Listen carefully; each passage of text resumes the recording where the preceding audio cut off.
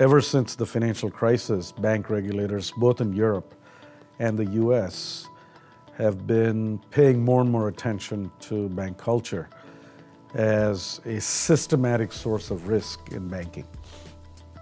So the idea is that these incidents of a rogue trader here or somebody doing something that exposed taxpayers to a lot of risk or the bank to a lot of risk, that these in the past used to be viewed as isolated incidents where it was just individuals who were misbehaving. But now more and more regulators think that these are systematic patterns of behavior that are linked to the culture of the bank.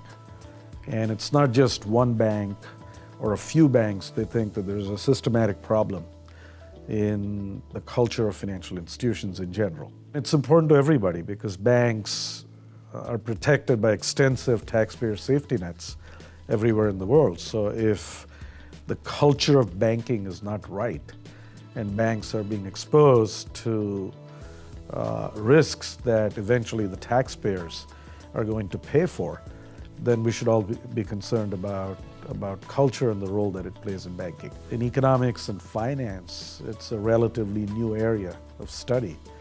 And so some of the research that I'm doing is really now at the vanguard of this movement within finance and economics to better understand culture from an economic standpoint.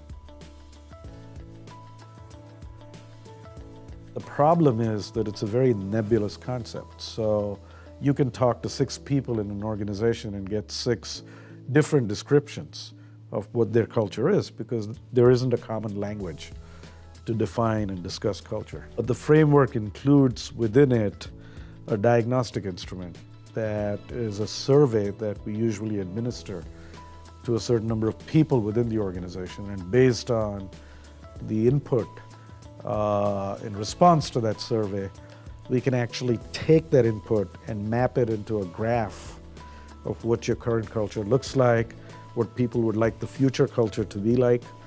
So now you have a visual, right? A picture. A picture is worth 1,000 words. And it also provides people with a common language to describe culture.